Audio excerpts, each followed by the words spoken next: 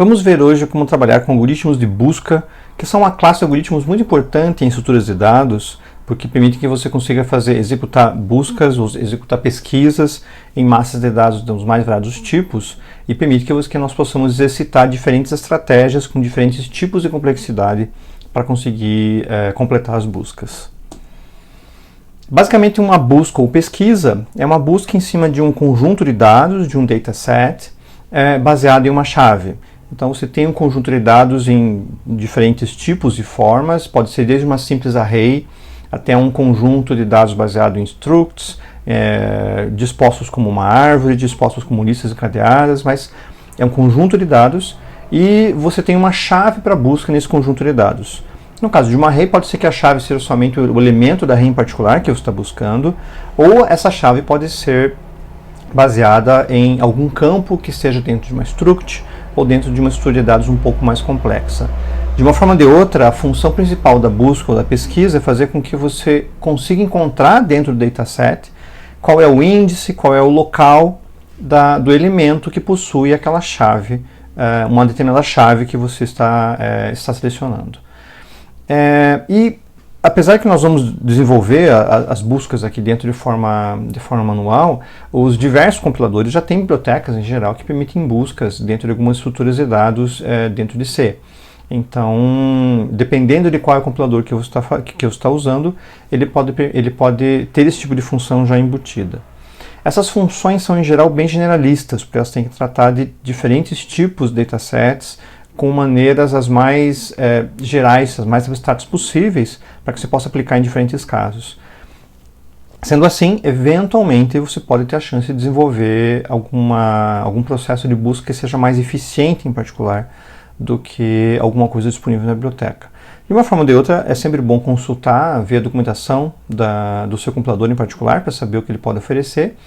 E, além disso, é importante que vocês saibam quais são os tipos de busca e como desenvolver o próprio algoritmo de busca, até para que vocês possam explorar uma possível função de compilador com mais propriedade, conhecendo mais de que forma que isso funciona.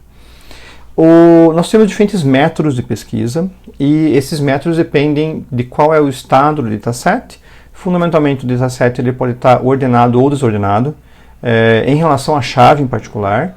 Então, ele pode estar na ordem crescente ou decrescente da chave, ou em uma ordem completamente aleatória. Uma coisa que acontece também bem frequentemente é que um dataset, se ele tiver mais de um campo, ele pode estar ordenado por um dos campos e, obviamente, não pelos outros. Então, isso vai fazer com que algumas buscas tenham um certo privilégio em termos de qual a complexidade em executar isso. E, obviamente, o método de busca também depende de qual é o tipo da estrutura de dados que você está usando. Nós vamos fazer aqui nos exemplos buscas em simples arrays, em arrays simples, para que o método de pesquisa, o algoritmo de pesquisa, de busca, seja demonstrado de forma direta. E depois, em exercícios, vocês vão desenvolver com mais calma em diferentes tipos de estruturas para que fique mais evidente como isso pode ser útil em diferentes aspectos. A busca mais simples possível é a busca sequencial ou a busca simples. A busca sequencial basicamente é executada em você percorrendo o dataset do início ao fim, do início até encontrar aquela chave em particular dentro de um dos elementos. No teu melhor caso, você vai achar isso nos primeiros elementos, no pior caso, nos últimos elementos, e na média, percorrendo metade do dataset, você consegue encontrar aquela chave em particular. Uma das vantagens da busca sequencial é que ela consegue funcionar em qualquer tipo de ordenamento do dataset. Quer o dataset esteja ordenado ou não, quer a array esteja ordenado ou não, você vai conseguir achar alguma coisa pela busca sequencial. A desvantagem evidente é o fato de que se o dataset for muito grande, você vai ter que executar tantas buscas, tantos passos, quanto for o tamanho desse dataset. Por isso que a complexidade e o desempenho dessa busca é baseada no tamanho do dataset, é diretamente proporcional ao tamanho do dataset, tendo uma complexidade de ordem n. Para datasets pequenos e médios isso pode ser eficiente o suficiente, para datasets muito grandes talvez você tenha que usar alguma outra estratégia em cima disso. Mas de uma forma ou de outra, é sempre bom lembrar que a busca sequencial funciona em qualquer tipo de dataset, esteja ordenado ou não. Isso faz com que ela seja bastante útil realmente quando o dataset não tem ordem nenhuma, ou quando ele está ordenado por uma outra chave que não a chave que você está buscando. Então, quase que a única chance que você tem é usar a busca sequencial. Em um exemplo, em uma array, aqui nós temos uma array com 15 elementos, uma array de inteiros, onde os números estão completamente fora de ordem. Então não há uma ordem específica. E nós estamos supondo que a chance de escolha de qualquer número é igual de qualquer outro. Então os números são têm uma igual probabilidade de serem escolhidos. Nós vamos escolher uma chave aqui em particular para pesquisa, que é a 5. Então o 5 está aqui no cantinho. O 5 está aqui. Essa aqui é a chave de busca que nós vamos... é o elemento que nós estamos buscando. E o que nós queremos que o algoritmo nos retorne é qual o índice do elemento que ele vai retornar. Deve ser o elemento 13 aqui, que está 2 depois, 2 antes do final da array. E a busca sequencial vai começar pesquisando basicamente do início. Então, você começa do primeiro índice e verifica se por acaso o primeiro é igual à chave que você quer. Não é 71, então você passa para o próximo. Ele verifica se por acaso é igual à chave que você está buscando, ele não é, e eu creio que vocês já perceberam que esse é um processo repetitivo que vai andar até que finalmente você chegue até o elemento que você estava buscando, e nesse caso sim, a chave de busca é igual ao conteúdo do elemento da array naquele índice. Então nesse caso você achou. A questão é que nós precisamos de um número quase que proporcional. A gente está na antepenúltimo item, um número proporcional quase ao tamanho do array para conseguir achar o elemento em particular. Na média, vocês vão achar, se os elementos forem igualmente prováveis de ocorrerem, vocês vão achar na metade do tamanho da array. Então a busca sequencial acaba sendo bastante simples, tanto em termos de como ela funciona, quanto da própria implementação. A implementação dela, o código aqui é bastante simples, então o que nós temos ela está codificado no formato de uma função, e essa função retorna o inteiro. A função retorna o elemento, o índice do elemento na array, que contém aquela chave em particular. Então você passa como parâmetro a array de itens, na realidade é um ponteiro para ela, um ponteiro para uma array de itens, que você define na function main, provavelmente, ou qualquer outra da onde você esteja chamando essa. Você tem o tamanho da sua array, que vai ser o tamanho máximo de busca que você vai ter, e você vai ter a chave que você está querendo buscar em particular ali dentro.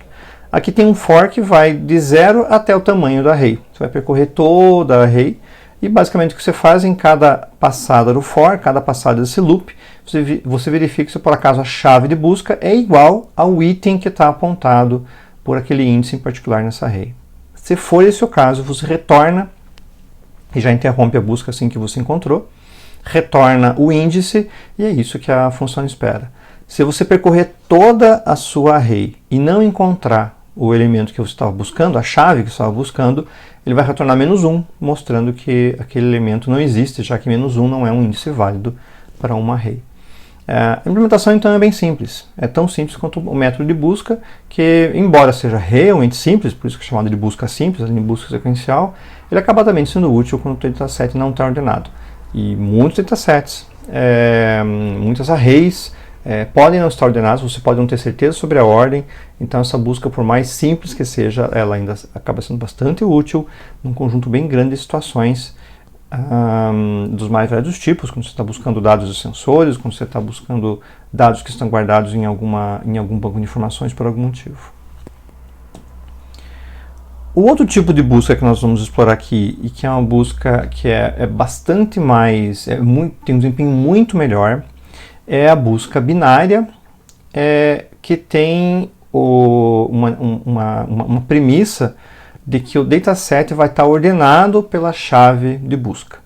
Então, a array, por exemplo, se for esse dataset, tem que estar na ordem da chave de busca. Se for uma array de structs, e você tiver uma chave comum dos campos da struct, ela vai ter que estar ordenada por aquela chave em particular, por aquele campo em particular.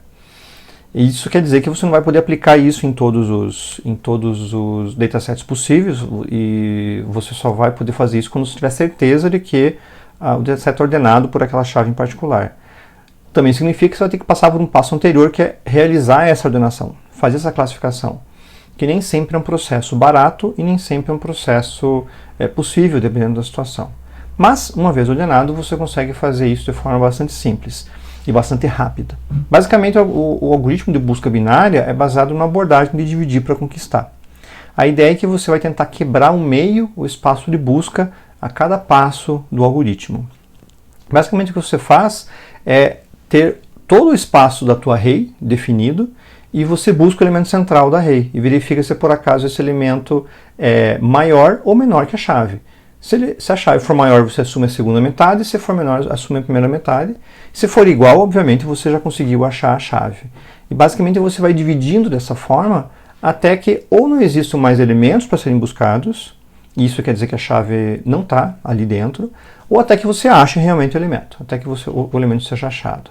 Ele é um algoritmo muito rápido. Ele, em termos de desempenho, ele é uma complexidade de O de log de n, log na base 2 de n. Isso quer dizer que, mesmo para datasets gigantescos, o número de passos que você vai ter não é assim tão grande. Ele consegue ser bastante eficiente nesse sentido. Como um exemplo daqui que nós temos essa busca binária aqui, onde os dados estão, dessa vez, ordenados pela chave. Como é uma array de inteiros, com 15 elementos, a array está ordenada, em ordem crescente. E a chave que nós estamos buscando é a chave 153. Então a chave está aqui, mais ou menos naquela mesma posição. É o antepenúltimo elemento que nós estávamos usando na busca sequencial. Por algoritmo de busca binária, nós temos duas variáveis. Você vai ter que usar duas variáveis, dois marcadores, para saber onde é que é o início e o fim do teu escopo de buscas ali dentro.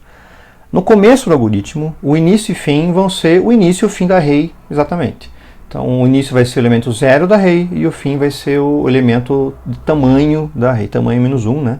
O elemento n da array. Isso quer dizer que o escopo de busca é basicamente a tua array inteira. Quando você tem o início e fim, você tem o tamanho dela, então você vai tentar achar o elemento mediano entre esses dois.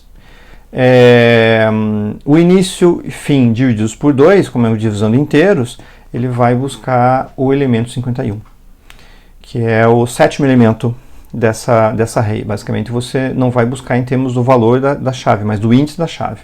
Então, se tem 15 índices, você acaba usando o índice 7.